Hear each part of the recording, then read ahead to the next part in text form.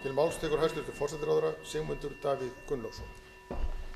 Virðulegur forseti, væntingar fólks byggjast oft á tíðum á umræðinu á því sem þau sagt.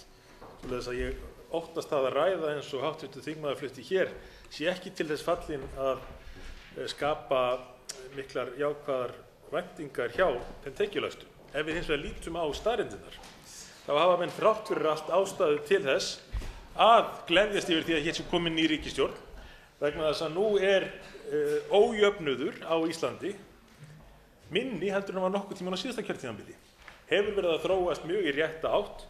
Augljóslega jókst jöfnuður við það að tekjuhæstu hóparnir misstu töluvert af tekjum sínum vegna bankahrunsins, en nú sjáum við áframhald á þeirri þróun í tíð þessar ríkisstjórnar, þar sem ójöfnuður nú orðinn sá minnsti að minnstakosti frá árinu 2005. En allt of stór hópur í íslensku samfélagi sem býr við allt of lög kjör.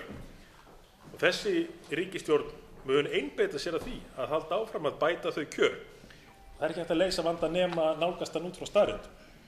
Og sem betur fer staðreyndin sú að frá því að þessi ríkisstjórn tók við hefur dregið úr ójöfnuði á Íslandi.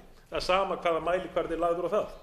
Og þess vegna get ég svarað spurningu háttvirts þingmanns markmið ríkisstjórnarinnar hvað þetta varðar á þann hátt að markmið að sjálfsögðu að halda áfram að ná árangri við að draga úr ójöfnuði eins og ríkisstjórnin hefur gert á fyrsta ári sínu í embætti, og sagan sýnir að það má ætla að verulegur árangur muni nást í því áfram, og því hafa menn ástæðu til að vera bjartsýnir.